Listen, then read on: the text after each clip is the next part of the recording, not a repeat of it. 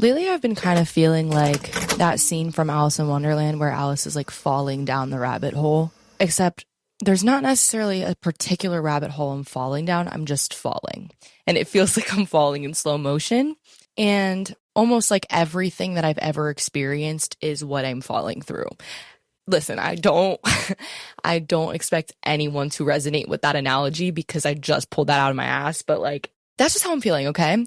And I'm always very transparent with you all about how I believe that transparency, vulnerability, all that kind of stuff is my main focus behind what I'm creating, and it is the driving force of my entire life. I would say that in subtle ways my entire life, but obviously everyone is a teenager at some point. So like your teenage years get kind of murky when it comes to authenticity, but I really do make authenticity the kind of driving force and goal behind everything I do.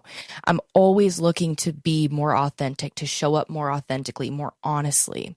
But what I've come to realize is that by being so hyper focused about what the most honest thing is, what the most authentic thing I can be doing is, it taints the past for me in a lot of ways. It taints the old versions of me that were being their most authentic, because now I'm so focused with the next authentic version of me. And obviously that speaks to a lot of things. It speaks to presence. It speaks to compassion for your younger self and not worrying about your older self, all those kind of things. And I'm not really here to talk about all that stuff today. And I think that's a part of me that I subconsciously kind of shame in a way, because I'll even look at old episodes of mine, and it could be my most recent podcast episode. And since I am so used to this forward motion of always having the ball rolling, always going to the next thing, even if that means I'm taking ideas from old ideas that I've had and I'm using them to create new ideas, it's really hard for me to kind of take pride in the old things that I've created, because I know that I'm different now and I'm showing up differently now every single time I'm creating something. So I was in this state for a while where I was so concerned with just giving my past self, my younger self, compassion for all the things that she went through that she didn't necessarily deserve, all that kind of stuff. And I think through life, that's necessary for all of us to do, right? Like it's part of our quote unquote healing, whatever you want to call it. And for a while, though, I think it was just kind of like the lingering part of the healing journey for me, where I was like, okay, like I think I've healed from these things.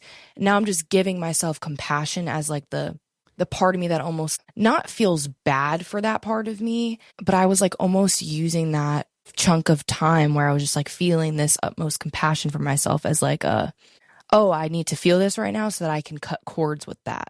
And so that I can move on from it and be everything that I am now without my past self holding me back. But me thinking about my past self holding me back was still me inherently holding shame for her in a way. I think I'm in a place now where I know to my core that I am the happiest. I'm in the most peaceful state I've ever been in. I'm creating more than I've ever created. Like, I know I'm in the best place I've ever been in, even if I have days that still feel like, oh, there's that lingering feeling. It's like I still know that feeling now just makes me feel like I'm human rather than like I'm failing, I'm doing everything wrong, I'm falling off the wagon. But when I moved out of my childhood home, I moved 7 hours away to go to college and to start a whole new life for myself. That was genuinely starting an entire new life for myself. It wasn't just a new chapter for me. Like I had to pick myself up from the depths of the earth and build myself up from scratch, because I didn't even know the ways that I did know myself at the time, if they really were me or if they were just a conditioned part of my past or whatever. And I think that anyone who moves out of their parents' house, let alone if it's for college or whatever it is, I think we all kind of go through that in a way. And it's the most polarizing feeling, because on one end it feels so liberating and freeing, and on the other end it feels like you're doing everything wrong, and every step that you take you are so unsure of that step because you have absolutely no evidence that it's taking you anywhere, period. And I'm at a place where I feel good, and I've completely settled into where I am in my life now. I'm still in college. I'm about to be a senior and feeling all the feelings. And that's probably why I'm here right now talking about all these things, because I'm just at this state right now where I've not only now started a whole new life for myself, but I've built it brick by brick myself. Like all of the things that I am right now are because of me. And that sounds kind of shallow when you say it. It does. Obviously, like everything I do is rooted in, you know, my connection to a higher power and all those things as well. But I'm not here to talk about that kind of stuff right now because I believe in it so much that I believe in it to the point of everything that I'm talking about has to do with it, you know, and is fueled by it. Whatever you want to call it, whatever that is for you. But now that I'm living the life that I've always dreamed of and might have not even known is possible for me, I think I've just gotten to this point where I'm so comfortable in it. And I'm someone who is always looking to grow, okay? Like I really chase anything that builds that neuroplasticity in my brain, okay? Like I will chase any fucking thing that pushes me a little bit outside of my comfort zone. I do. And also, I'm still human, obviously. So we all tend to stay in our comfort zones in subtle ways, even ways that we're not even aware of. And I think it's come clear to me lately that since I'm in this place where I'm like, oh, you know what? Like I do love myself more than I ever have. And that's something that I used to struggle with so deeply. And I have really great connections and friendships and people in my life that I can go to and talk about real deep things about and all the things that really mattered to me, like all that kind of stuff. It's like I do have that in my life. And I think I've gotten to a point where since I have those things and I'm at a point where I'm the best that I've ever been, I'm comfortable with just being here. And I feel like I think I'm kind of coming out of it now, but this past year or so, I feel like I got really comfortable with just living in it. And I don't think that is inherently wrong.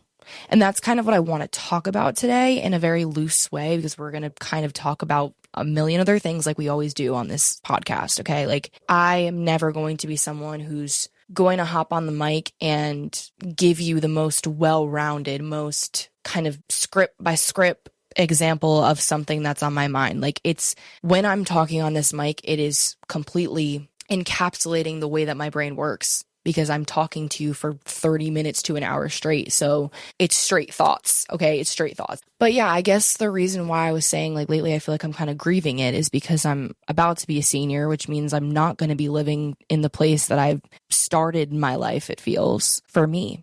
And so I'm kind of grieving that, but also like trying to leave room for a lot of fun because it's going to be my senior year. And like, you know, it's the last hoopla. So bring back the word hoopla. Haven't said that in a while. Yeah, it's like kind of that impending feeling of like, oh, everything's about to change. Oh, you know, I did get so comfortable with everything here. And I know that a year from now, my life is going to look completely different. And it's not even in a way where I'm trying to hold on almost. Like in a way I am because I do love my life now. But it's more of like, I know that things are going to be better. Even better than I could ever expect. Like I know I'm moving on to bigger and better things. And like the point of life is not to be a 20 something in college for the rest of your life. But it's that feeling of like being uprooted. It feels like my roots are now where I am living in my college town, because this is where I truly feel like I was expressing myself fully for the first time, finding what that actually even means to me. And, you know, everything I have here feels like a testament almost, and like a celebration of me being fully myself. Like all the friends that I've met are because I've been fully myself. All the opportunities that have come to me are because I've been myself. Like, you know what I mean? So it's like, it feels very earth shattering when all that kind of comes crashing down all at once. And you now just have to take those parts of you into a completely different chapter and environment. So yeah, it's just a little frightening. It's a little frightening, but it's also something that I'm constantly toying with the idea of like, oh, I shouldn't be worrying about this right now. I still have a whole year left of college. Why am I worrying about all this stuff right now? And then there's another part of me that's like, no, it's actually just you being realistic to worry about these things. It's you being human to worry about these things. It's you understanding where you are in time right now. you know? And that's something that's always a struggle for me is like time. Like, not only am I someone who it has like time blindness, and like if I don't write something down on my planner, it's not happening. It's not real in my head. Like I will completely forget about it, you know? Like time is a very weird concept for me because I ultimately don't really believe in it that much either. Like it is just truly a concept. I'm not trying to get that deep today. I'm really not. But yeah, time is an interesting one because it almost feels like when I'm abiding by time, I'm going against my morals because I'm such a free spirited person that believes that I do my best work. I show up my most authentically. I care for others the most. I give others the most compassion when I am being present, which means I'm not worrying about time, you know? So that kind of brings me to this topic of being careless versus being intentional, and how like being organic and having this kind of mindset where you just want things to find you organically kind of shows up in our lives and in our creative processes. So one of the ways that I feel like this is really prevalent to me is in my dating life, or lack thereof, because I'm someone who, like I said, just really wants things to happen organically in my life. And it's not that I just want things to happen organically. It's like I genuinely believe that like that is the only way. In my head, there's no reason to force anything, because if it's meant to be, it'll come into my life, or something will happen that will push me towards it. Like I'm such a deep believer in everything happens for a reason, and you're right where you're meant to be and all those things. But I also do believe in the saying that God only helps those who help themselves. I truly do believe in that as well. Like you can't just expect things to be handed to you if you're not actively working towards them. But if you are actively working towards them, that's you showing your care, your passion, your drive behind it, you know, which is where the fruits of your labor are going to come in. So going back to dating, this is just an example. I'm not going to get super into my dating life right now because genuinely, guys, like I could not talk about it for longer than a minute, genuinely. But yeah, like I'm someone who is always single. I'm always fucking single, and it seems like everyone around me is always finding someone because I'm such a believer in things just coming to me organically. And it's hard because it's like my way of working towards being in a relationship and finding the one that's for me is me working on myself.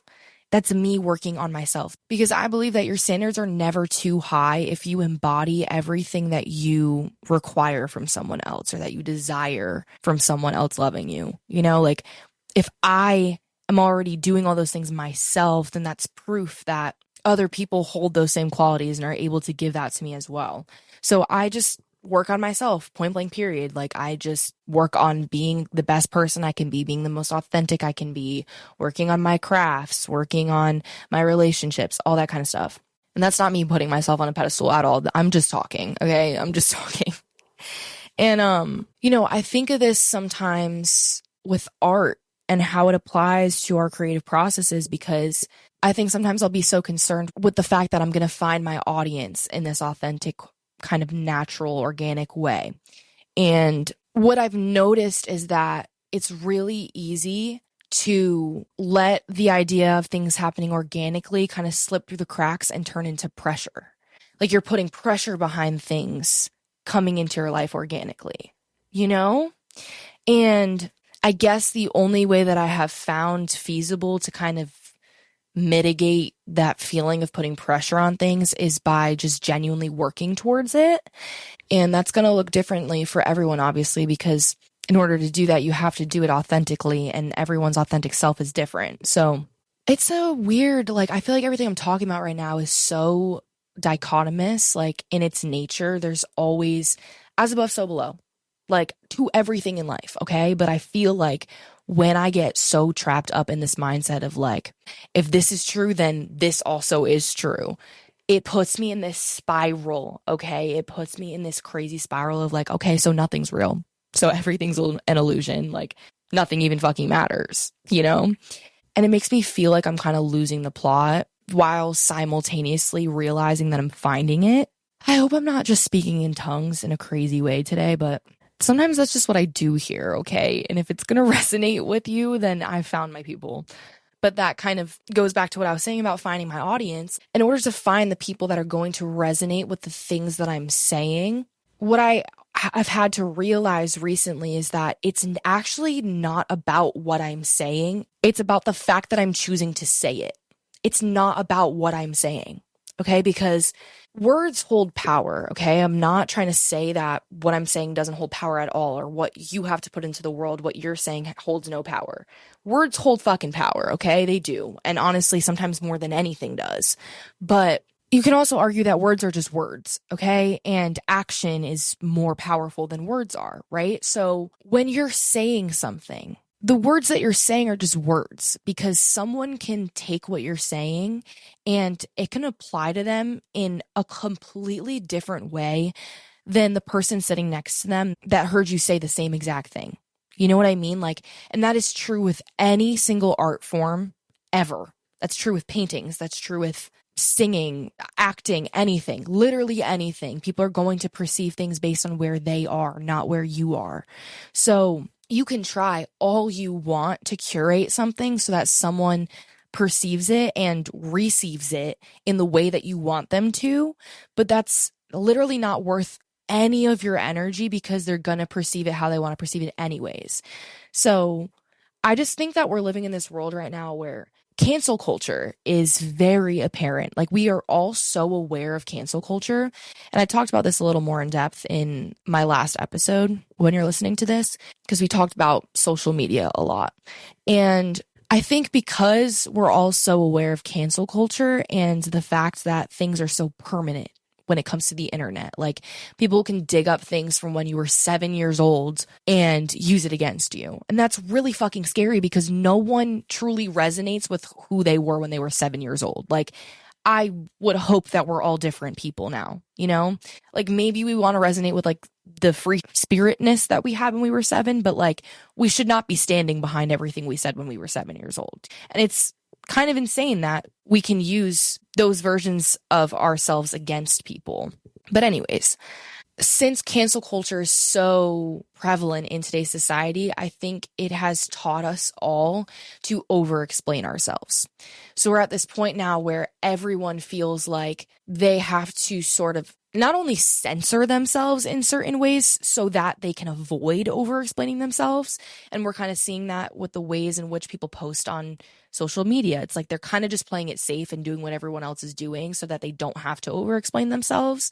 But also, we feel the need to almost preface things before we even do them. So I find myself doing that all the time when I'm podcasting. And every time I bring up a higher power, I feel the need to tell you guys that means whatever it means to you. Like, I'm not trying to push any persona. I'm not trying to push any ideologies on you. Like, you know, I'm not the type of person that's ever going to tell you you need to think exactly how I think. And I'm sitting on this mic so that you can believe what I believe. Like, I'm not even sitting here as a person that thinks that the purpose behind what I'm doing right now is for people to resonate with it. I don't think everyone's going to resonate with what I'm saying. And I don't think that my purpose is to be a relatable person. I think my purpose is just to be who I am, you know? And whoever relates with what I'm saying is honestly not up to me at all. Like, there's no use of me trying to uphold this one persona to make myself relatable to other people, because relatability is so subjective. Like, there's no one person for everyone, you know? And I've been talking a lot about authenticity, just kind of weaving that concept through this episode. And it's funny because when I first started my podcast, like, I don't know, 3 years ago now, authenticity was one of the first things I talked about on this platform. And it's obviously important to me because y'all hear me talk about it in almost every episode. And I think it applies to every single aspect of life. But I was talking before about how it sometimes creates pressure when you're always trying to let things happen naturally. And I think that also applies with trying to be your most authentic self, and how that kind of invites a lot of room for pressure to come into the conversation, because you being your most authentic self kind of implies that all the other versions of you weren't authentic. You know, it's like when people talk about awakening to themselves or having this like soul awakening, it implies that you were asleep the entire time. It's like, that's not always true, because maybe what you needed in that time of your life was just to experience, was not necessarily to look at things head on and dissect everything piece by piece, but rather to just like sit beside it, hold its hand, and live your life as you are. You know what I mean? Like, life ebbs and flows, and we go through phases in life where sometimes we're being really intuitive and we're just going with the flow. We're seeing what happens. We're just being present. Then you have times in your life where you're in really introspective periods where you're kind of thinking about every single thing you've ever done and how it's affected you and made you the person that you are today. But that doesn't mean that we're meant to be in that phase of our life always. And I know firsthand that being in that phase of your life for too long sometimes makes you fucking spiral.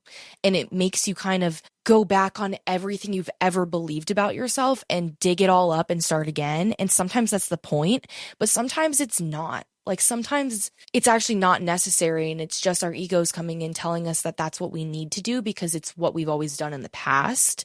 Tailing off of the whole organic conversation, another thing that I've been thinking about lately is how sometimes the most organic thing to you from the outside world, it can look like the most unnatural thing.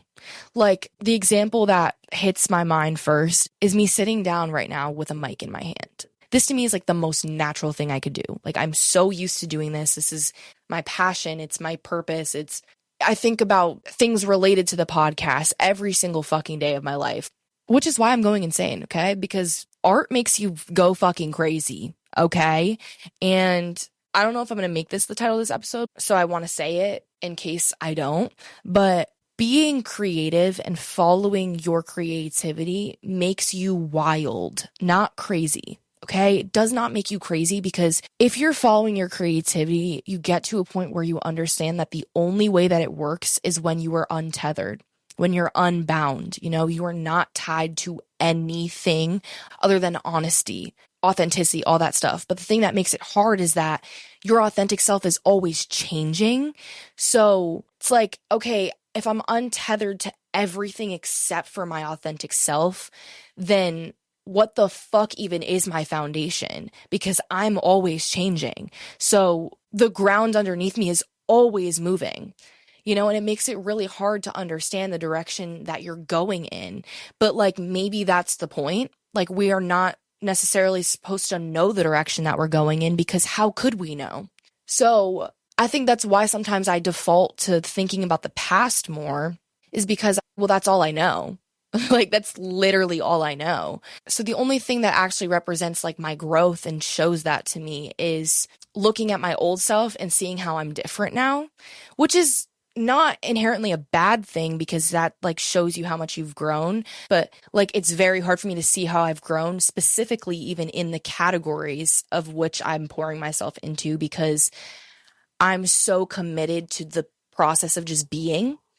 And, you know, so when I'm looking at old versions of myself, it's me just trying to give myself compassion. It's not me like comparing myself to that version, if that makes sense. I feel like identity comes into play in this conversation that we're having today. Identity is the thing that we're using as our anchor when we are people who are creating from an untethered place.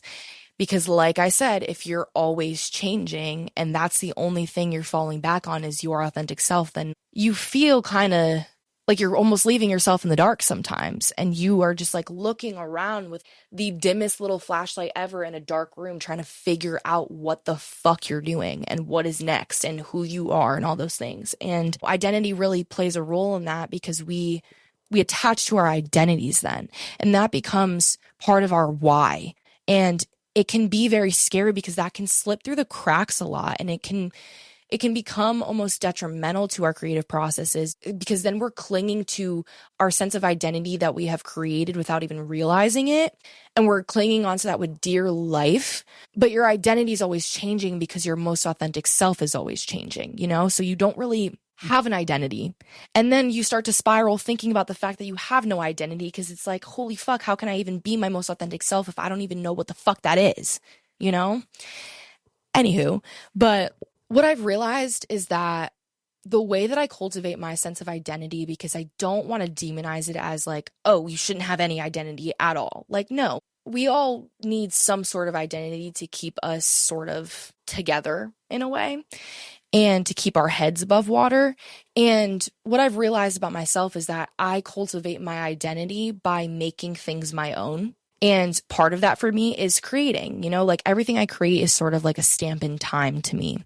But another thing for me is like tattoos, like seeing something out in the world and it resonating so deeply with me to the point where I choose to put it on my body permanently for the rest of my life.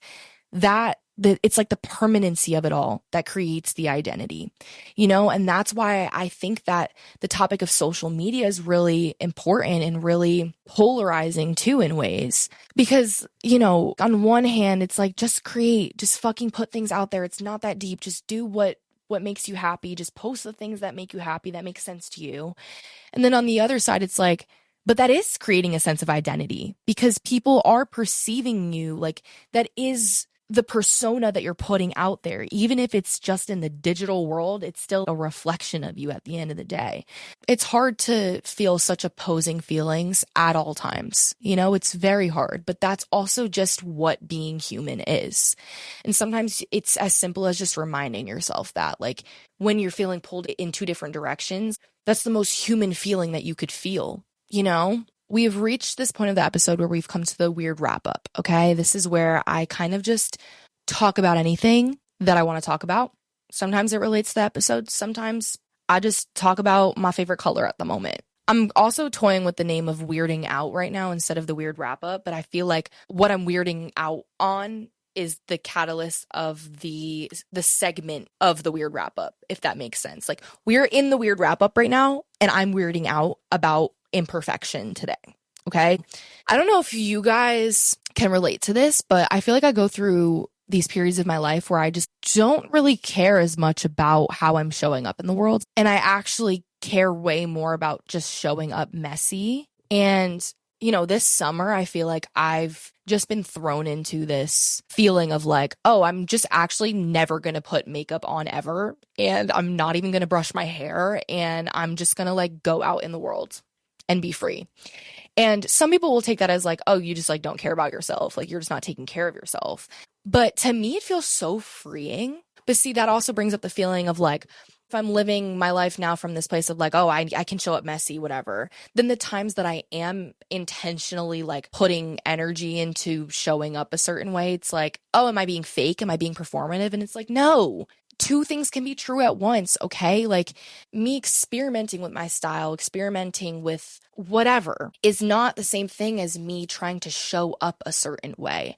I'm just embodying what I want to embody by following my intuition and following what makes sense to me right now, Anywho, that's where the conversation of social media gets so wishy-washy, because it's like, some people will argue that you can post on social media for yourself. And I've always kind of argued that there's no such thing as posting on social media solely for yourself, because if it was for you, it would stay in your camera roll.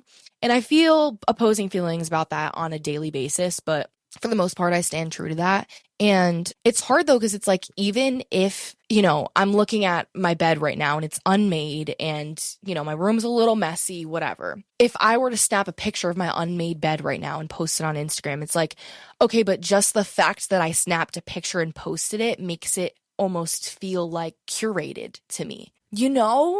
Like, there's something about just the inherent act of posting on social media that feels so performative now. And it's something that I will probably forever have thoughts about. So stay tuned for more episodes. But yeah, I don't have a ton to wrap up on today. I just wanted to kind of talk about imperfection because I feel like it had a lot to do with the themes that came up today, with authenticity and organic-cacy and originality and all those things. I'm just making up words now, but stop being so afraid to show up as you are, because you know that there's a future version of yourself that's showing up differently.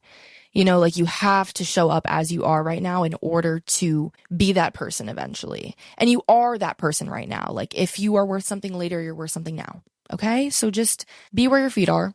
And of course, I'm just like ending this with the most lame, cringy sayings, but these be my mantras, okay? Like I be telling myself these things every day. So yeah, sometimes the cringy things are cringy because they're true. So that was so cringy. Anyways, have the courage to cringe at yourself today, okay? Because it's kind of freeing. It's kind of freeing. It's kind of like the most freeing thing that you can do. So take that as you will. I'm sending all the love your way, and I can't wait to talk to you guys more. I feel like I'm stepping into a new era with this podcast. So stay tuned. And if you're not already listening on YouTube, what the heck are you doing? Go listen on YouTube. Okay, go listen on YouTube. I actually don't care where you listen from. I'm just grateful that you're here. Feel free to reach out to me with anything, any thoughts, any concerns, any questions whatsoever. I love to continue the conversations that we have on here. And yeah, all my socials will be linked down below. Love you and goodbye. Kisses.